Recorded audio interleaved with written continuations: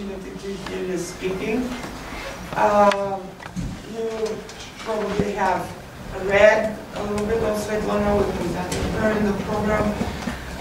She's one of the most renowned classicists in the region, and perhaps in Europe. Perhaps I'm being a bit egocentric now. She used to be my supervisor, so she's of course one of the best.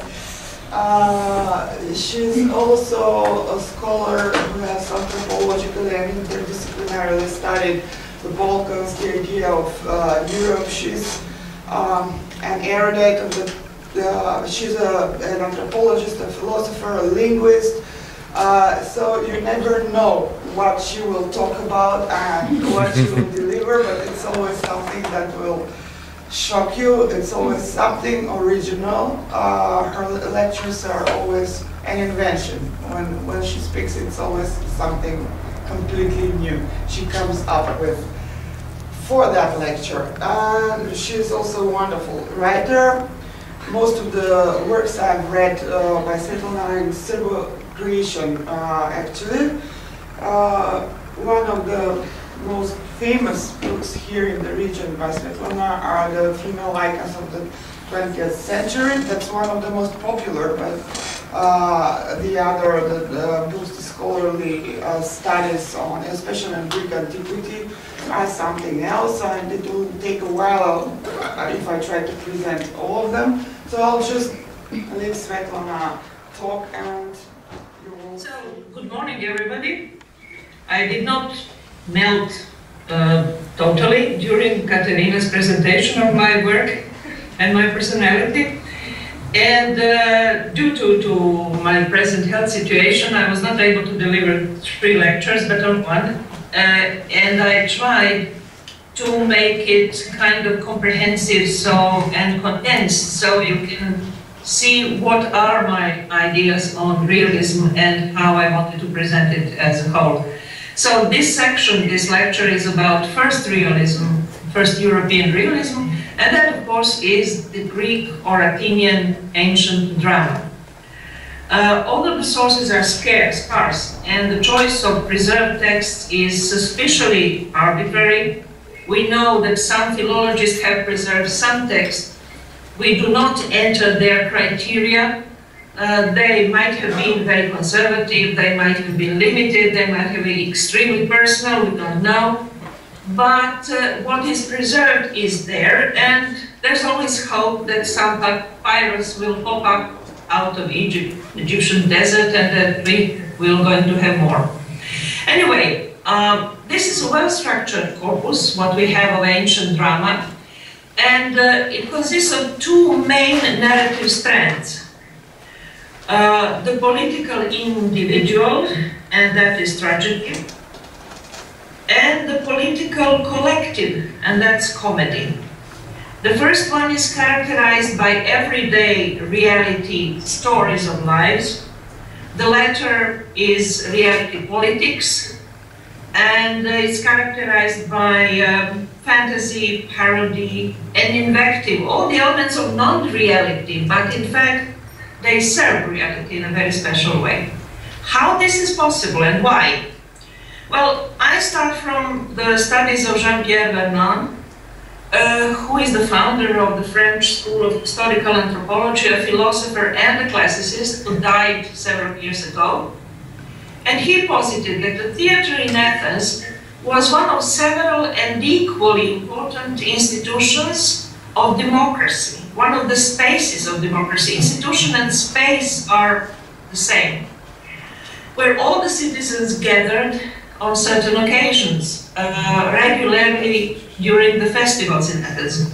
Each of the institution spaces was designed to a cluster of needs of a citizen: the courts of justice, the agora as the exchange place, the ecclesia as the supreme body of direct democracy, many places of many cults, and this is the place where institution where women were participating as equal or dominant, and finally theater during the festivals of the early spring, that is, well, approximately February. Who critical of Aristotle's poetics, and she thinks it's this is a common opinion otherwise, a fragmentary student's notebook on tragedy. And she's also very critical about the European hyper-reception and misinterpretation of this text. She also insists in her other study that the topic of tragedy is most often a fait divers, which in French would mean just an everyday event, a case, usually in the family circle. Here we come to Judith Butler and her analysis of Antigone, which is, I'm just giving the reference for you for the further reading. All these interpretations of Athenian drama and theater led me to posit that the main function of this institution or space of democracy was to educate the citizen in democracy through knowledge, empathy, and cultural intimacy, as Michael Herzfeld defined it. The common understanding of the context, that is cultural intimacy more or less. A more recent ancient anecdote illustrates this. During the performance of Aristophanes' Clouds, which is basically ridiculing Socrates and sophists, and Socrates is the main object of this ridiculizing, a stranger in the public asked the neighbor, "Who is this Socrates?" And Socrates, sitting in the public, overheard this and stood up to be recognized by all.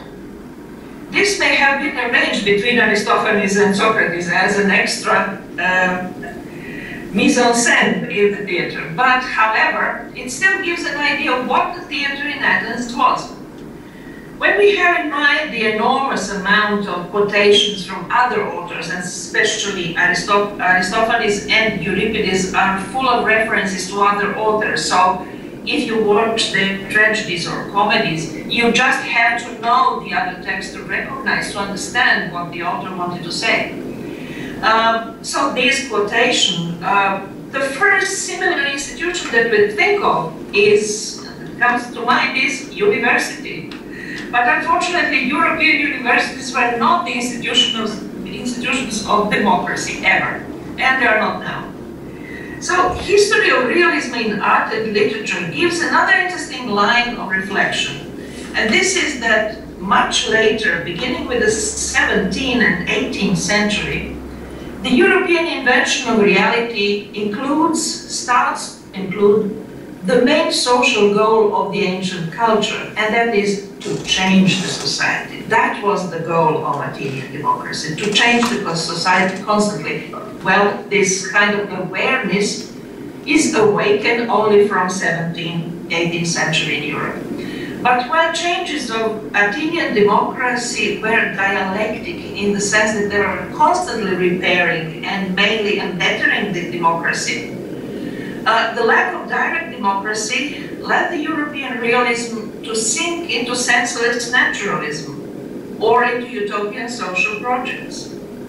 The limitations are not always clear, of course, but they often melt, and ultimately this is where I look for the poetics of social realism and later magic realism. In other words, you cannot compare Oedipus' search for the truth in the case of murder and Dostoevsky's case of Raskolnikov. There is no way. God, no. No. Okay, so we wait because it's her internet. Now we don't do anything.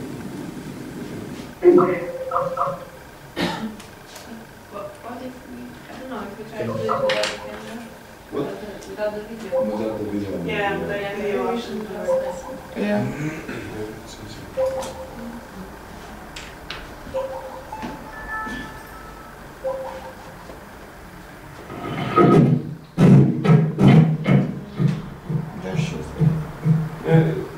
We are done. Maybe we should try without the video? Je u redu? Sad je u redu, ne znam, pada veza nekako. Možda je bolje bez videa kako bi veza bila bolja. Važi. Može? Može. Ok. there was no culture, notion of culture in Athenian democracy.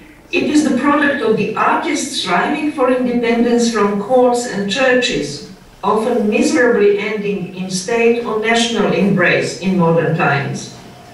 Do not forget that one of the basic freedoms for modern culture was the representation of human body naked and representation of non-theological text, which was done thanks to the respectability of anything ancient, and this was created by aristocracy basically from the needs for luxury. The Athenian society, the second point, the Athenian society did not have institutions of public crime investigation. This was done by relatives or interested and then brought before the court as a private case. This explains much of the social context of tragedy and destabilizes much of the European and Western ideas of drama. Most of preserved, the third point, most of preserved tragedies have their plots situated in other places than Athens. The example of a non-democratic other was a powerful tool of education. The mythical, the glorious, the distant, the past. These were the tools through which the education was presented. And then the fourth point. If tragedy was meant to educate a citizen by empathy and knowledge inside the circle of his identity, family and other human relations, and his understanding of the past and beliefs, comedy was meant to destabilize a citizen in his standard positions, in stereotypes, to deconstruct banalities of the public discourse, to put forth the most tricky questions and dilemmas. Right of slaves, right of women, the other, and in general, and even the rights of animals are treated by Aristophanes. So what was the main issue of this education through tragedy and comedy?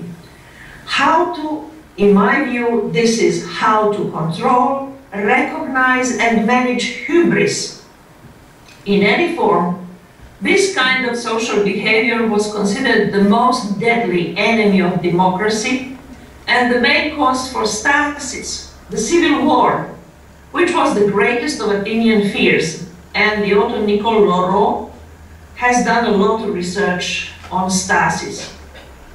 So let's go to an example, and I'll take the most known one, and this is Antigone.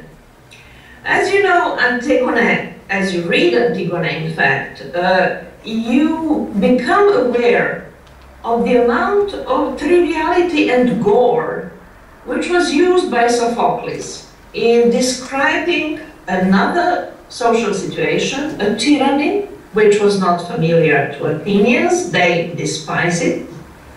And of course, moments of luxury, moments of individual hubris in the person of Creon. And when I say gore, I look especially at the scene of the finale of the tragedy, in which young Haemon, in love with his future wife, to be, Antigone, comes to her underground prison and embraces her dead body. She hanged herself. And at this moment, his father enters this cave. And upon seeing his father, who is to be blamed for all this tragedy, for all this, he slays himself in the face of his father. And as he slays himself, blood bursts onto the white dress of the dead girl.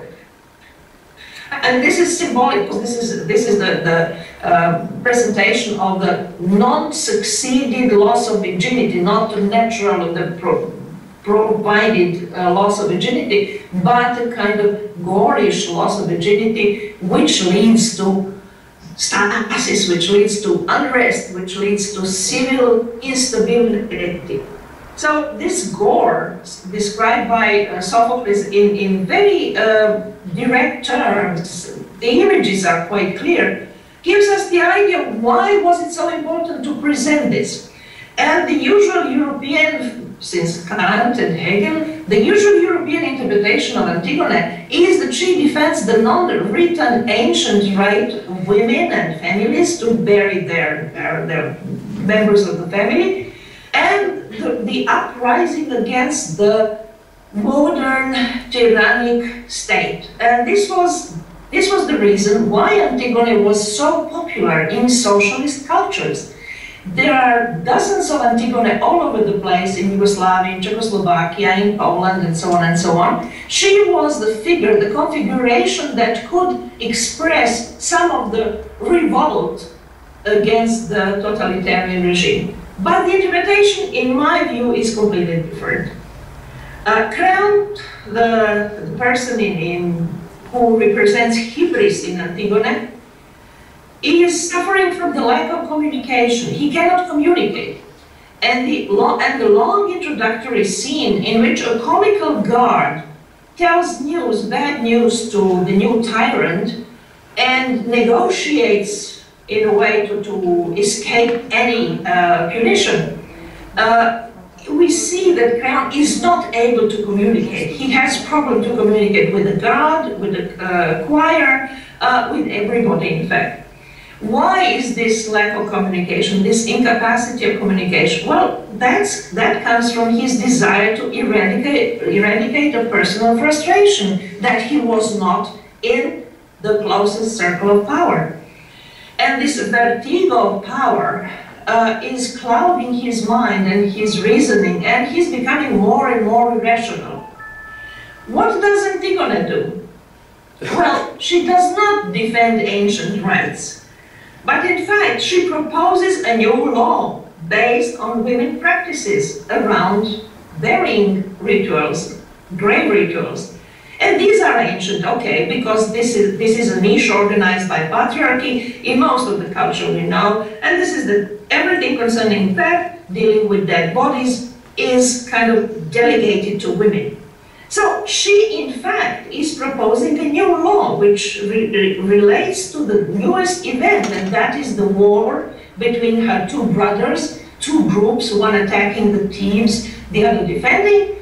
So in this political turmoil, she proposes a law which would somehow admit the responsibilities, but at the same time make peace after the catastrophe which hit the city. So this must have resonated in Athenian ears. First, this is a woman legislator. She is a multiplied democratic icon, ready to sacrifice her life for a new law that would secure and develop democracy. And she is not a representative of the old or natural, which is even worse as interpretation, but of modern and progressive. And this kind of Antigone we didn't see on scenes or else in the text. So now we see that the tragedy in this case had to be trivial and gorish in order to propose heavy educational material. This is one of the recipes that we recognize very well in today pop culture. That you have to be, if you want to send a moral message, you have to invest a lot into details, into narrative, into the trivialization and gore. So, hubris is the main socio-psychological pattern of realism. Any realism, in my view. And I will going to make a huge leap now and say that ancient hubris was doing something against democracy. It was a danger for democracy, and Athenian democracy has had a number of institutions and devices and procedures which could cope with one's hubris. First of all, the elections in Athenian democracy were not around the names and persons, but most of the election concerning the everyday life in Athens, which is the elections in philae, in communities was by sort. So no names, everybody was equally fit to lead the state for 1 year, to be paid for during this year, and to be responsible for this year all his life. So this direct democracy in fact destroys the possibility of hubris, which could, of course, catch any individual, anybody who is close to power. So hubris is being arranged, managed. The other device to manage hubris was ostracism. When we use ostracize and ostracism today, we usually have a very negative meaning of the word. We think that this is something bad, and that is that a mass of people do something against one, and then they just make him go from the state, from the city. Well, this is not exactly the thing. In fact, ostracism is a procedure in which all the citizens, male citizens of course, and free citizens, write a name of a person who they consider the most dangerous for democracy at that moment. So it's not a list, it's not one name, but everybody writes the name of the other. There's a wonderful collection of the pieces of broken ceramics. This is what ostrakon means, in fact. In the Athenian Agora Museum, which was in the Atalostoa today, this object and these monuments, these pieces of ostraka, on which we have a number of different hands writing the name of Themistocles. And we know that Themistocles was really chased away from Athens after an ostracism. The funny thing is that some of the ostraka have the same hand as the graphologists discovered. So somebody was writing down the name for somebody else who was not literate, or who just bought someone to write down for him. So we have the mechanisms, the low-level mechanisms of democracy working, but ostracism was about preventing one individual's hubris, and Themistocles was very much close to this after becoming the savior of Athens, the victor of Salamis, and so on and so on. So anybody with success would be immediately, huge political success, would be immediately prone to be ostracized. And Pericles avoided this on several occasions by serving democracy in a very humble way. He really bent to the desires of his citizens in order to escape this kind of accusation. Okay, so when we think about democracy, and we think about theater as a popular, a massive culture, mass culture, which educates citizens not to become victims of hubris, then we have a clear parallel. And this is that after many, many centuries, there is a kind of very global democracy with different forms and totally different structure and a totally different relation with power. And this, of course, are media and the internet. This kind of democracy is kind of perverse growth of capitalism, of course, and it serves capitalism most of the time and in most of the cases. But in this culture, in which an individual is kind of invited to present his own personality all the time, which we see on internet, hubris becomes not something that the citizens should oppress in order to serve democracy, internet and media, but on the contrary, hubris becomes a desired socio-psychological pattern. You have to be extremely egotic, have to be extremely hybridic in order to present yourself in the media. And your popularity is a kind of result of a massive positive ostracism. You are not denied your right to be hubris representative. On the contrary, you're paid for it. And of course, this kind of representation of being paid, being successful, being visible, being extremely, if you want, perverse, bad, not interested in democracy or human rights or human qualities or humanity or knowledge at all, this is a kind of hubris which is prevailing today. So when we see this transformation of hubris, we can understand why realism is so important and why realistic images and realistic narratives were so important for all ideological movements, all revolutions, all plans to change the society. It was crucial to address the question of hubris, individual hubris, and it was crucial to put it in some connection with some notion of democracy. And of course, the tragic terror time of French Revolution gives a very good example of what can be done when you do not have concordance between democratic ideas and individual hubris, which is developed on the base of victory, of success, of revolutionary patterns, and so on, psychological patterns, and so on and so on. So this development of hubris and the use of realism is, of course, depending basically on democracy.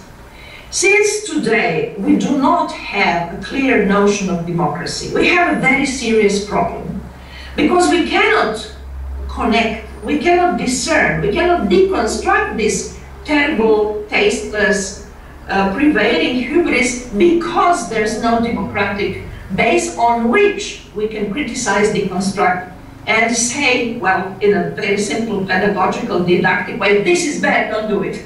We can't do that anymore, because we do not have the sense, the notion, the practice of democracy, especially of direct democracy. Of course, I will meet immediately the criticism of the kind, there's no way to organize direct democracy in the world today. But this is not the case.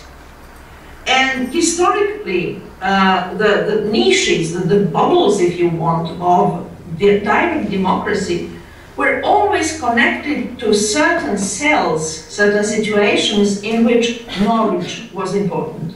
Again, we are back to universities, which in many periods and in many situations do repeat the democratic practices, did repeat the democratic practices, and form the bubbles of knowledge, and form the bubbles of direct democracy, not only among professors, I'm not thinking of that kind of structure all the time, but among students.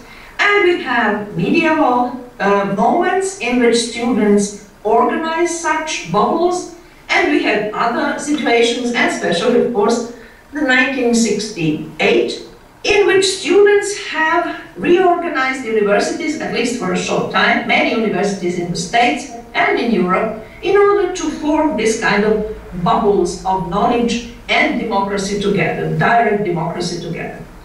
So I have gone a bit too far into democracy question and democracy related to hubris.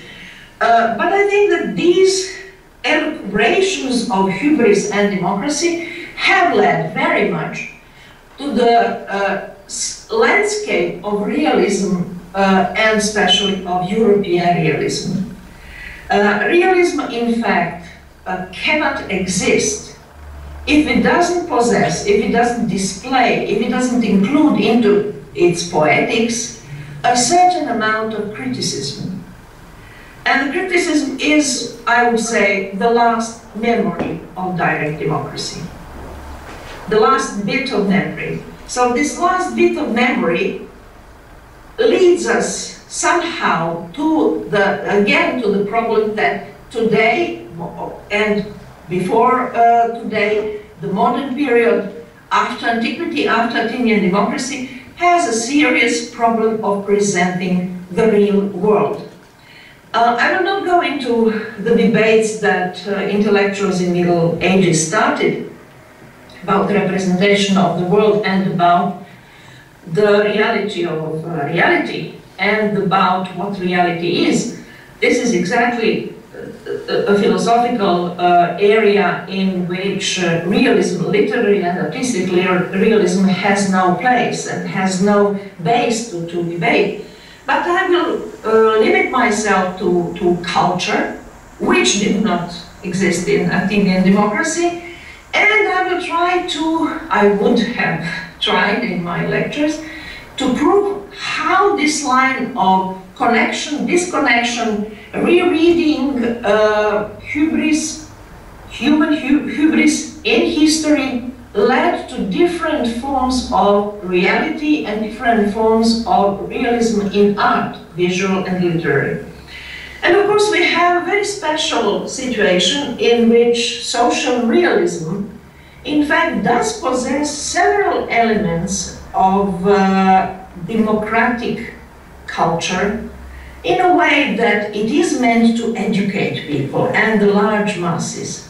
It is meant to be understood by large masses. It is meant to redesign a human being. And when we analyze the effects that social realism has had in the socialist cultures, when we resume this in post-socialist situation, we can see that there's only one element left that could be still defined as decent, useful, and maybe revolutionary in the future.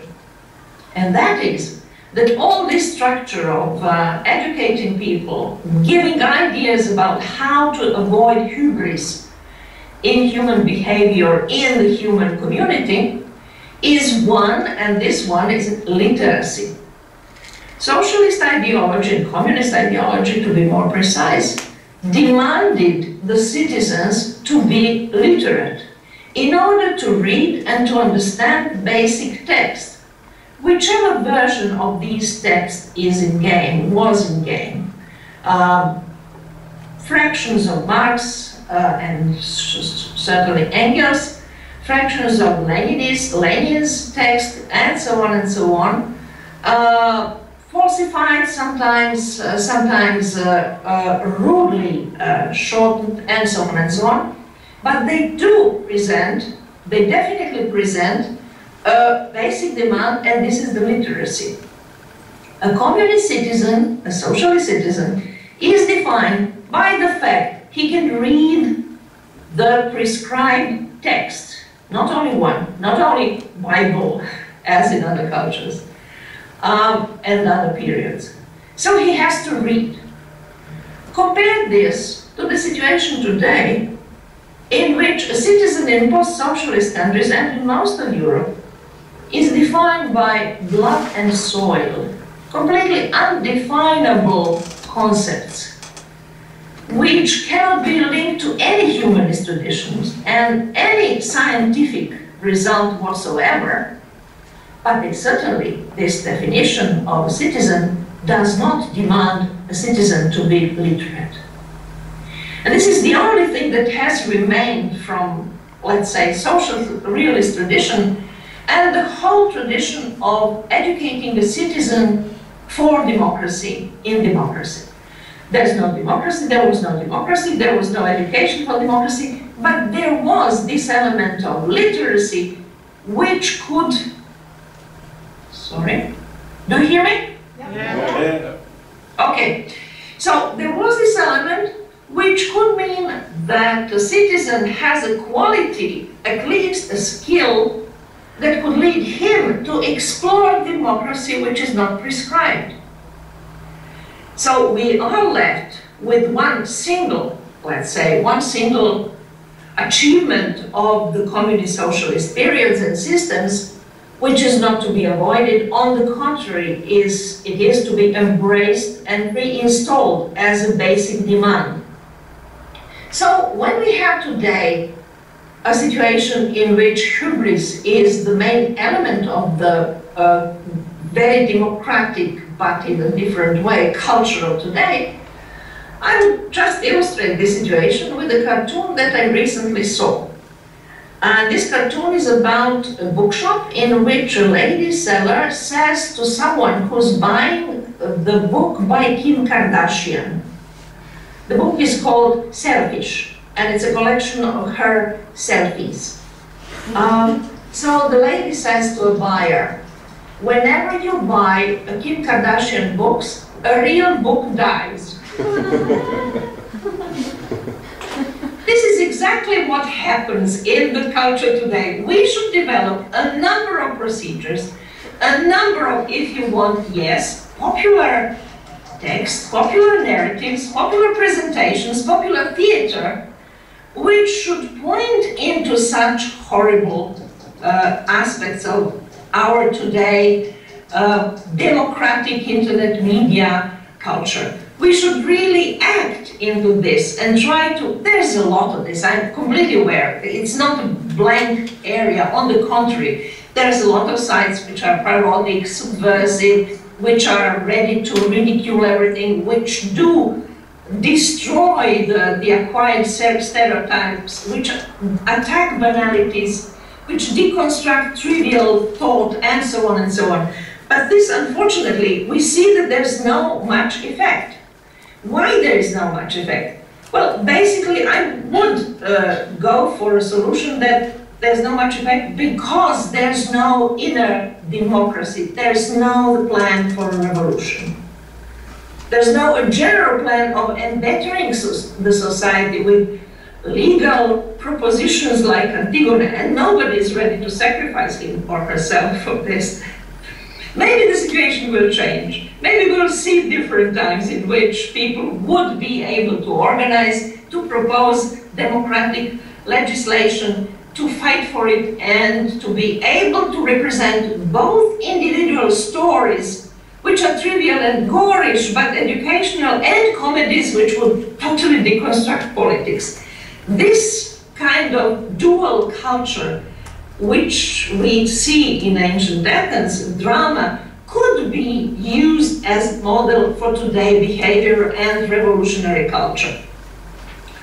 And of course, anytime we touch upon the problem of realism, presentation, and democracy, we stumbled upon a term, an auxiliary term, which was used since the second half of the 19th century to describe those who, in culture or else, let's say in academia, do dare to say something which is relevant for the social situation of their time.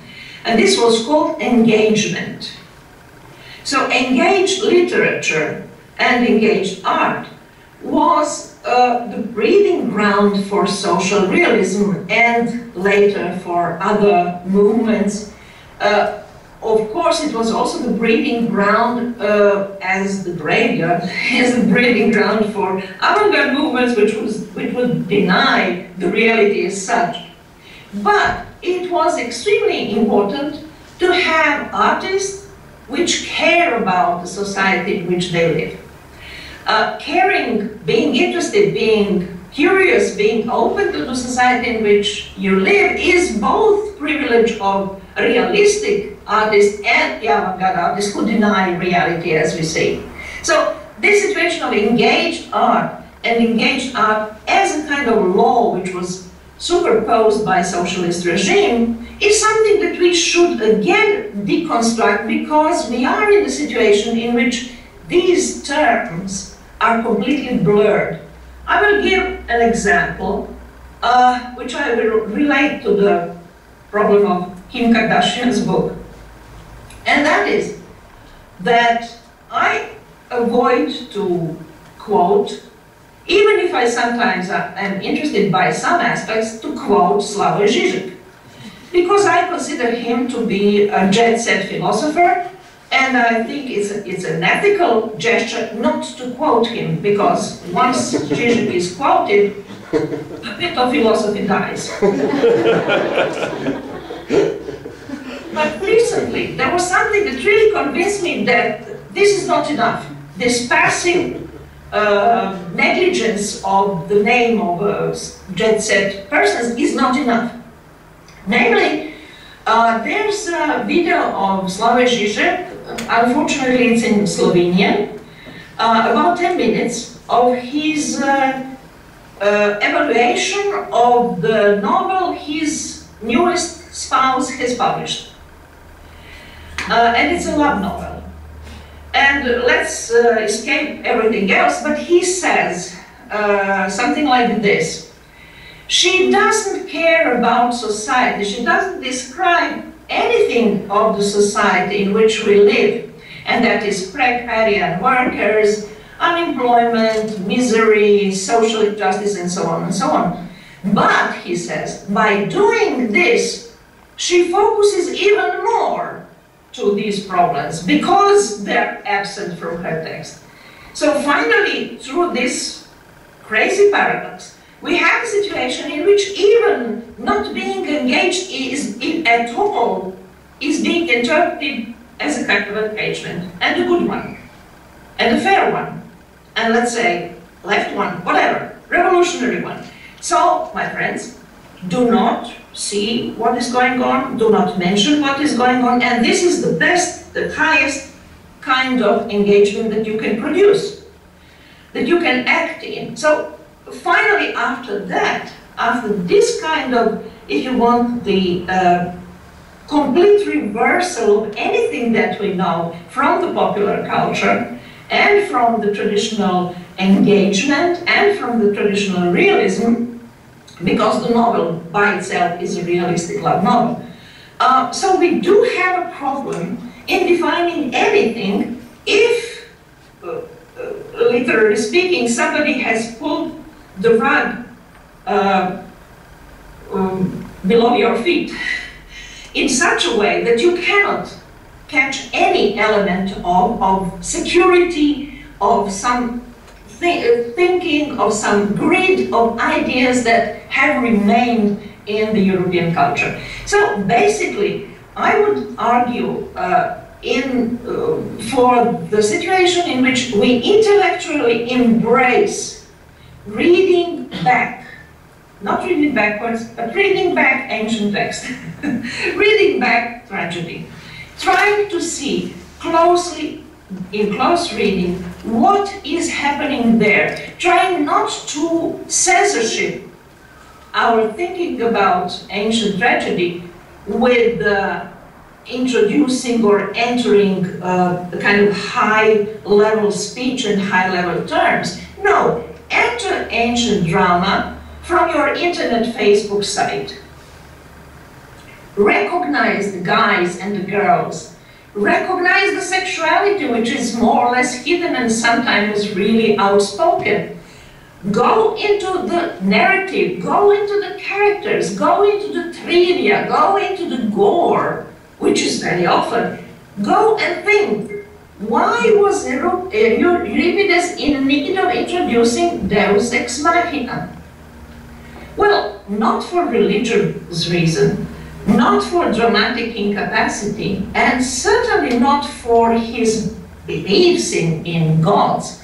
No, on the contrary, Euripides did introduce Deus ex machina to give more spectacle to his plays, to make them more, well, let's put it down, educational, to make them more believable, to make them more open and illustrative, to make them more gorish, more complicated, and then more understandable for people. So we can think about a certain decadence of democracy in his case. We can think about his final move, and his final move was to go from Athens and to find a well-paid job at the Macedonian court, where he was writing tragedies about dynasties of Macedonian local kings and aristocrats. So this is a downfall which is unbelievable. If we can somehow sterilize the whole story and say, well, he did it for money and democracy was not what it was before. But in fact, what he did shows that there was some kind of decadence of understanding democracy. And he might have used his best artistic ways and his best artistic designs to do something, and then when he understood that this was not accepted anymore, he ran away. Well, Okay, this is another trivial story that we can use. This is another comic book that can be made about Euripides. Unfortunately, there was no such thing till now, but it's a story that really offers itself for a wonderful TV series or whatever. What I want to say is that we should not escape the modern, the contemporary, low-taste pop culture. We should use some of its best aspects, we should use some of its possibilities to educate, because there are some, and to recycle them into the democratic action, into the plan for revolution, into the change of society, step by step, as the Athenian democracy proposed. The Civil War was also somehow covered by the term of revolution, and the Athenian democracy did not like sudden changes and radical changes, because they would certainly damage democracy. There is one tragedical case which speaks about that, and this is the case of Socrates' pupils. As you know, Socrates' pupils and Critias as a chief, as a leader, have organized a coup in Athens. They abolished democracy and they introduced tyranny of the 30. The tyranny of the 30 was very eager to eradicate all other thinkers which were around and which were considered dangerous for the new regime. Well, in other words, it was a junta. And Socrates was not aimed by this junta, and he survived. That was one of the elements we understand of his unpopularity later, when he was accused, as you remember, of introducing new gods. He was trialed, and he wanted to commit suicide as a consequence of this trial. But there was this episode in which intellectuals, his club, his pupils, were doing something to democracy which was unbearable, which was unthinkable, and that is overthrowing the democracy. When you think of Plato's writing about Athenian democracy, you can never avoid this tone of despise, of ideas of its vulgarity, the ideas of the impossibility of democracy to solve the basic and the highest questions, and so on and so on. Well, of course, he was the member of the club. And in democracy, in Athenian democracy, it is obvious that Socrates and his pupils were trying a new form of communication, and this new form of communication was an intellectual club which did not pay much attention to democracy and did not strive to work in democracy by using understandable language and by using narratives which would everybody embrace. So you see now the difference between the tragic and comedy writers and philosophers and the club of Socrates and his pupils, among them Plato, of course. There is this common game, this constant game between the intellect and democracy, and I wonder if there are ways to put them together. In the socialist period, in the communist period, and through the socialist culture, many have tried to convince us that this was possible. I don't think so. There are too many examples and too many cases in which it became completely clear that such a connection, that such serving of intellectuals in the regime is not possible at all. Too many experiences show it. So there must be another way. Which is this other way? I would say that today we have several figures that encompass the intellectual capacity and the intellectual possibility of doing things and thinking things at the same time, doing politics and writing books, in other words, and at the same time writing texts which are educational And I will give you an unexpected example, and this is Yanis Varoufakis, who is theoretician, a member of academia.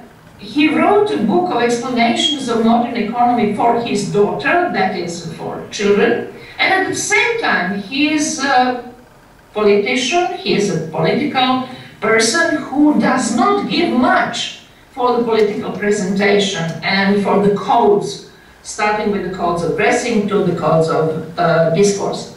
So there is a possibility today, thanks to internet, thanks to the presence of part of the end of subversion among the users, among those who are in this pseudo-democratic space, there are possibilities to organize an individual who does not show hubris. For instance, Varoufakis versus Kim Kardashian or Slavoj Žižek. So when we think about possibilities of organizing a new psychological model which would be fit to produce a new version of democracy, of direct democracy, again, we should really compare and think parallelly about the ancient drama and the internet and media global society today. This would be kind of core of ideas that I wanted to propose. I suppose that we have a bit of time for questions. So, thank you. Thank you.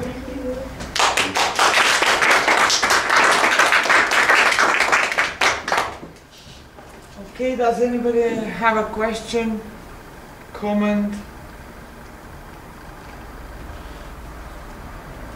Anybody?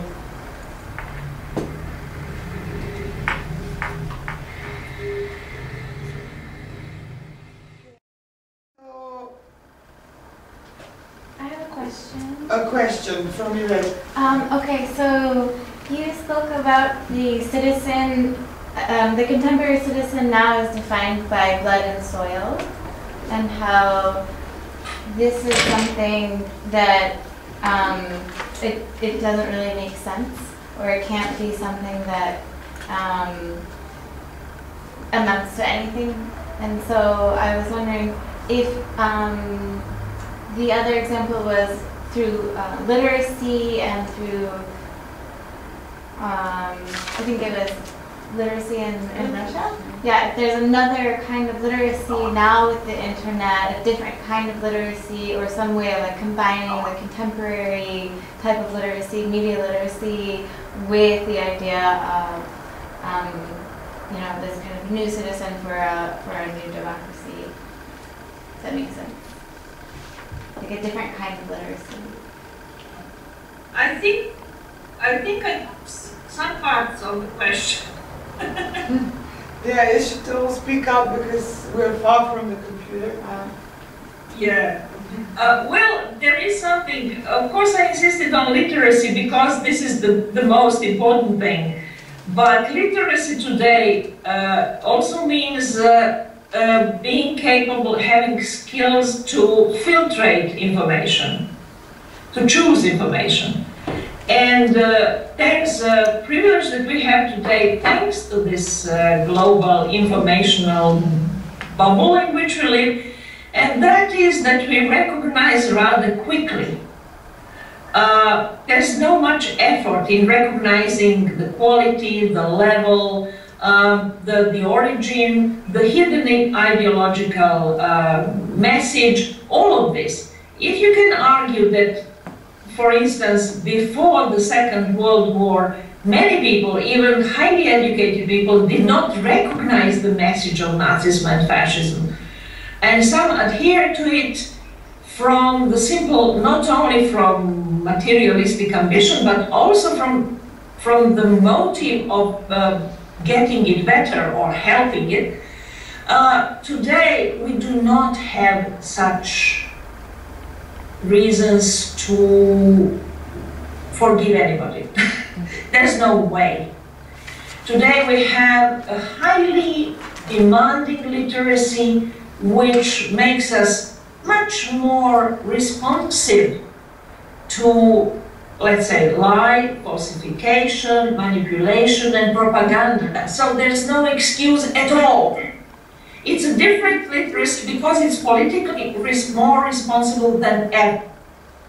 I think, I hope I gathered what you asked, in fact. Yeah. I think also, Speak up. yeah. Mm-hmm. I think also the question is about what is literacy anymore, because in my I come from a media program, media department, and it's a term that people have stopped using with media. They don't say media literacy anymore. It's more media analysis and media production and learning how it's created. So I was kind of wondering at the place of if there's another, if literacy with media is something that you would also still say. Mm-hmm. I don't know if that. Let me stress that the responsibility, which I think is in the core of your question, and that is that regarding or not, being connected or not, being on the internet or not, you have the responsibility to know what is going on. And since 1995, since the genocide in Srebrenica, there's no more excuse like I didn't know it. And I've heard I didn't know of it for many years after. There's no way of not knowing it because it was everywhere in the media at the moment when it was happening, when it was going on. So this kind of responsibility is a very demanding one. It does demand the coverage which was unthinkable, unimaginable only a couple of years ago. And now we do have this new responsibility, and we do have the responsibility not only to know, but also to be sensitive to something. I have a question, I will go.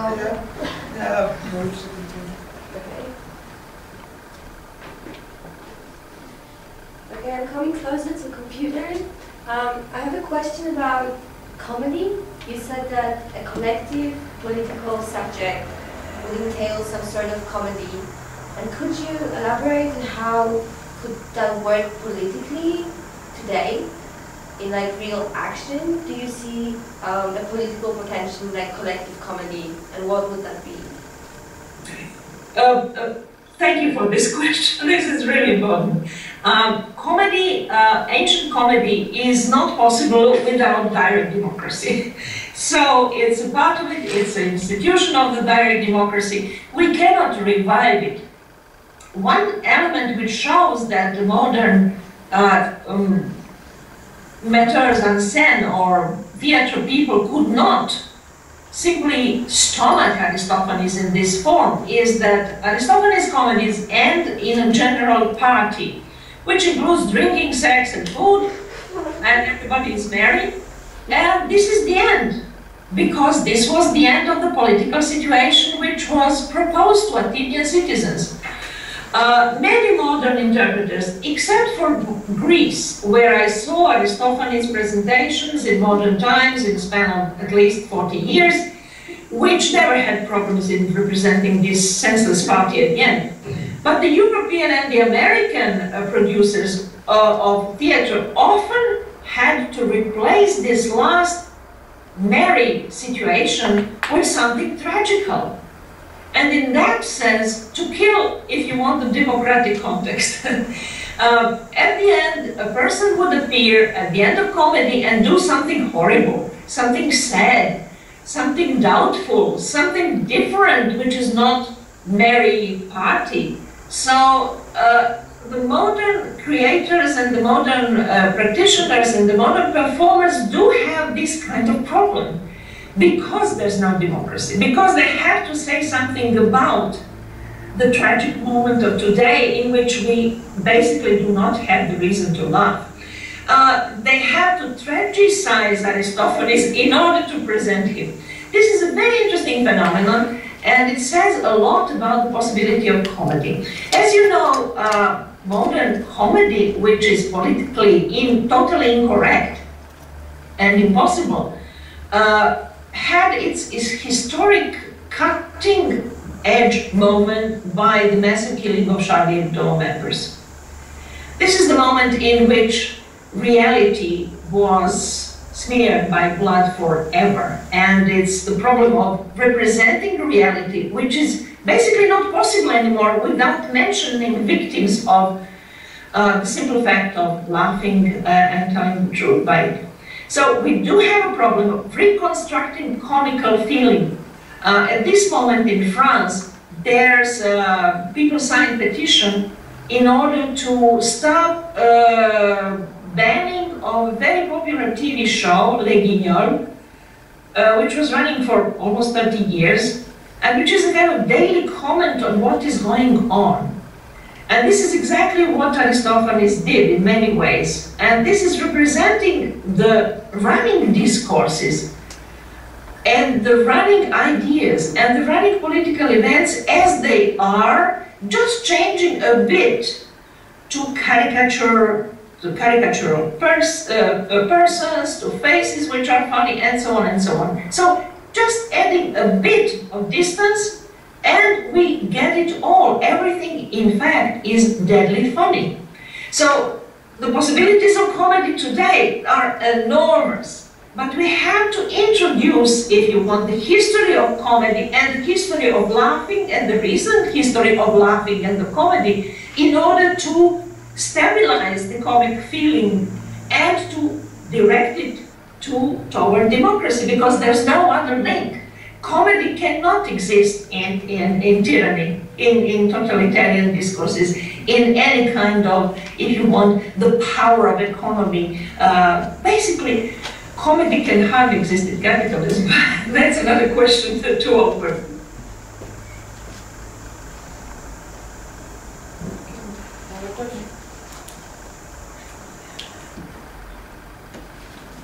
Maybe just a very general one.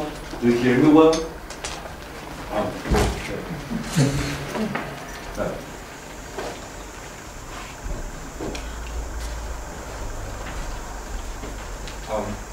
So just a very general question about stasis and direct democracy. I just kept wondering during your lecture whether you see the same,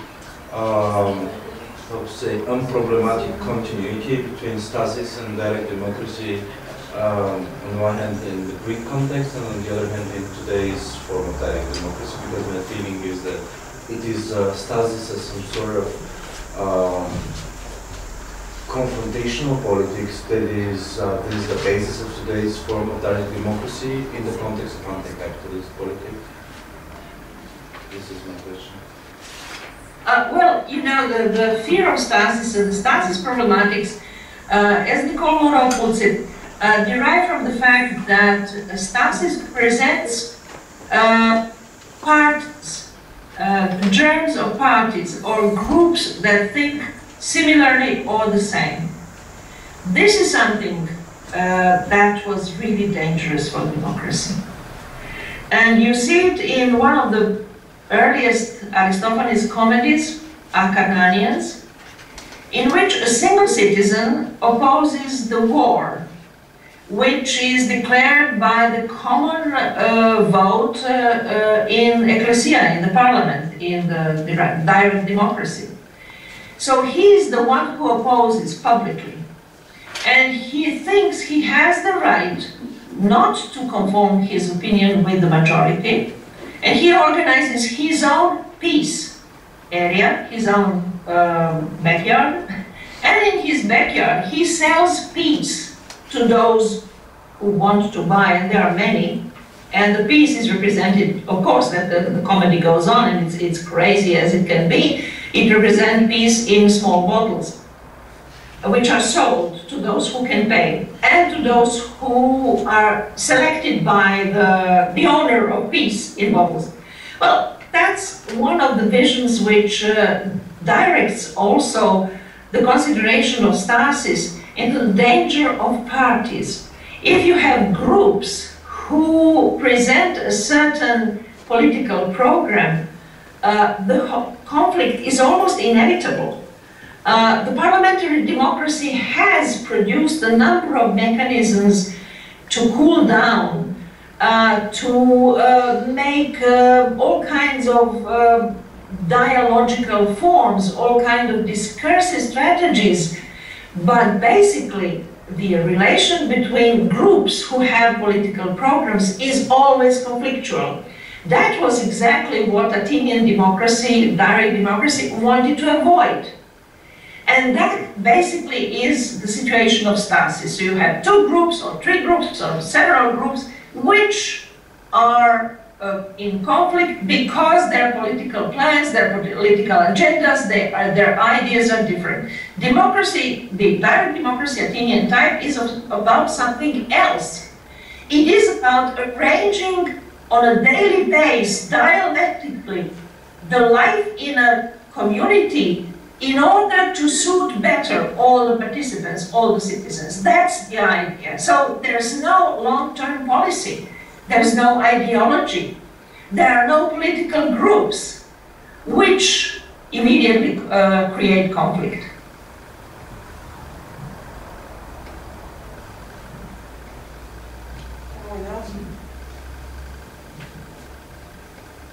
And I have a question. I was thinking if both comedy and tragedy are forms of realism. Tragedy is individualistic, comedy is social, so comedy would be more political, I guess, than tragedy. In tragedy we have hybris, in comedy we do not, I guess, or do we? I don't know. And this entire proposition also coincides with Vernon's interpretation of both comedy and tragedy, although he focuses more on comedy in the later work, on the issue of the fact that both collapse, even not just structurally, historically, etc., but also ontologically. In tragedy, we deal with the face of Dionysus, the mask of death, etc., etc. So death and real, the Lacanian real, they can be almost equated. And also in comedy, he says that the laughter is, you know, the sheer immanence of this just black real. It just bursts into the social reality. That's the laughter. So. So it seems that the comedy can be a realist political solution, and what you're proposing, your proposition is that we basically use comedy as means of democratization. And I agree with the proposal. I'm just wondering what do we do with the possible criticism that this is too Eurocentric, that this is too Greek, that, for example, let's take Charlie Hebdo, that case as an example. You know, they would tell you immediately, well, that's the European approach to issues, but this is not how we see the treatment of, I don't know, religion as correct. So what do we do with the possible criticisms of this proposal that it might be too Eurocentric? This is my question. Absolutely, I agree with you. It is Eurocentric because I didn't develop any more than this situation. But thinking of world cultures today or in the past, basically you cannot find a culture without something that we could call burlesque, laughter, situations of ventilation of the society. Almost all societies that we know of were having these kind of pumps of liberty, which were used sometimes on a calendar base, sometimes in an institutional base, but they would mean a relief for people at a certain time. I'm thinking of carnival also, which is a kind of general global anthropological feature. But also there are other forms of this releasing emotions, telling what you really think, playing the role in which you can tell what you really think and how you really feel by laughing, through laughing, by show, by whatever technique there is to make people look funny. One of them is being mad, the other is being drunk, and there are many, many forms of telling things as they are, or using, if you want, the political realism as a weapon. And most of the societies and most of the cultures that we know have these mechanisms. They're just to be proposed, they're just to be studied and put parallelly to the Eurocentric paradigm and be used as such. One such effort you can find, the theoretical base for this, of course, is Mikhail Bakhtin. But Mikhail Bakhtin, due to his position, social position of a half-prisoner in his own country, didn't even dare to mention Aristophanes.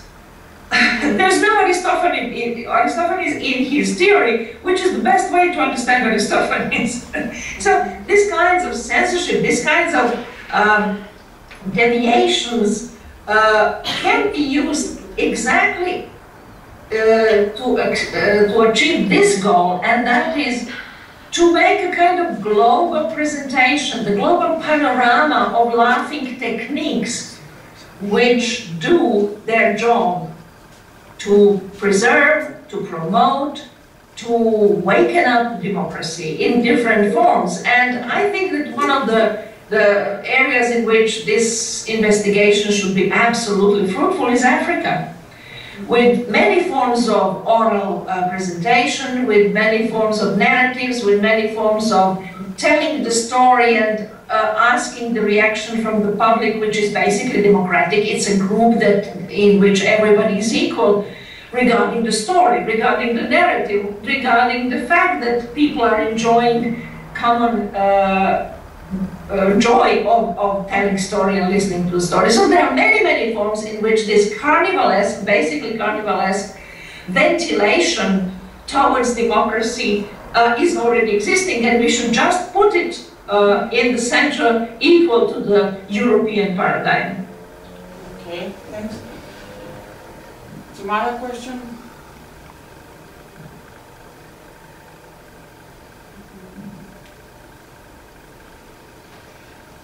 So I guess we can finish now.